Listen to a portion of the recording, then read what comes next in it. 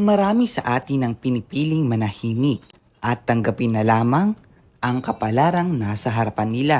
Ngunit sa mga panahong ang mundo ay malupit at tila sa kanila'y ang bukas ay panibagong hagupit. Sino ang maglalahad ng mga palad para sa kanila? Sa gilid ng kalsadang ito umiikot ang araw ni Nanay Marilu. Abala, habang ang paligid ay may init. Eto, nagtatanggal ng papel, separate ang plastic. Anong klaseng papel po yan? Ba't parang kakaiba po? O, yung pinagtabasan to ng mga bag. Gaano na po kayo katagal naggagawa ng ganyan? Matagal na kami dito. Kaya po ba nanay, may nakukuha naman sa barangay? Tulong? Meron pag birthday, yun lang. Ano pong nakukuha nyo? Ano, yung spaghetti package, saka Package. yung 500 na pang birthday. Lumalapit po ba kayo sa mga ahensya ng ganon? Hindi. Yung lang, yung patay yung mister ko. Nakalapit kami dun sa City Hall. Nanghingi kami ng konting tulong para yun lang. Kumikita si Nanay Marilu ng 400 piso sa loob ng isang linggo na ibinababa sa kanila ng mga taga roon kapalit ng masinsinang paghihimay ng mga retasong papel at plastik na ito. Saan po na pupunta yung kinikita nyo dyan? Pinangkakain din namin. Yung tutulong nyo din po? Oo. Kasi minsan, lingguhan din yung sahod nung anak ko. Oo, lingguhan. Minsan, ito pag wala akong pera, babalihin ko na. Babalihin nyo na umaga. Para may pangkain kami. Dati po ba meron po kayong ibang trabaho bukod dyan? Meron, nangangalakal. Nangangalakal. Pero saan po kayo mas Mas dito nagagaan? na ako kasi hindi na kami nagkalakal.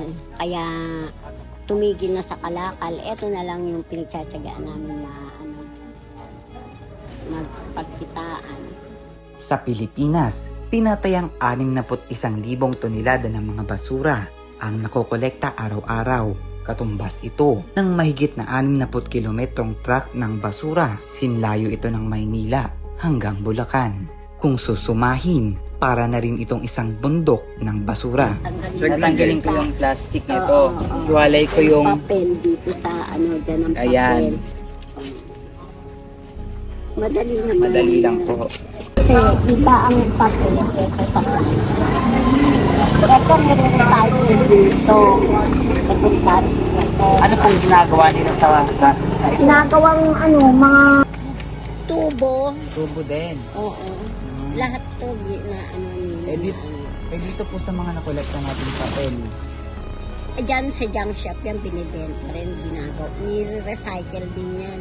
Para kay Nanay Marilu, imbis na itapon, mas mainam na lang napasukin nila ang ganitong trabaho ng pagre-resiklo ng basura. Dahil kung hindi, sino pa ang gagawa nito?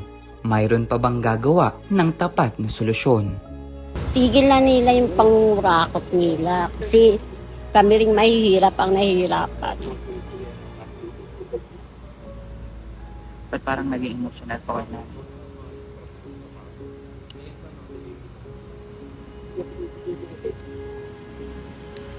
Kasi ang hirap ng buhay ng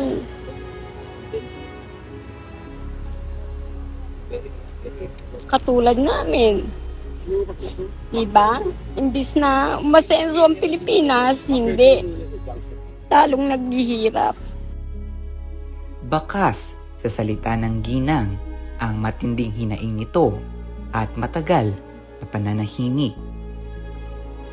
Kung sino man ang bagong upo, sana wag nang magpurakot ng mga hindi dapat nila Bigyan nila dapat ang dapat bigyan. Bigyan nila, hindi yung mayayaman na nga sila, lalo pa silang nagpapayaman.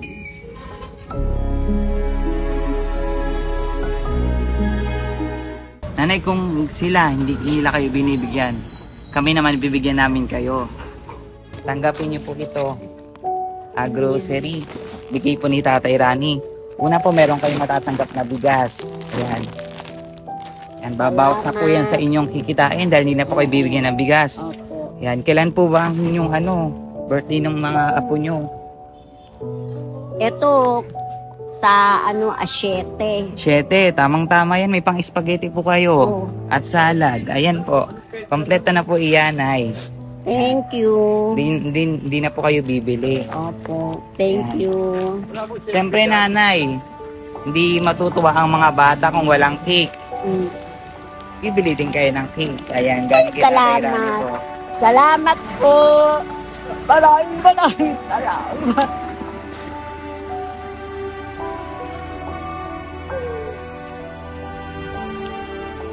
Salamat. Maraming Tatay Rani. Salamat po.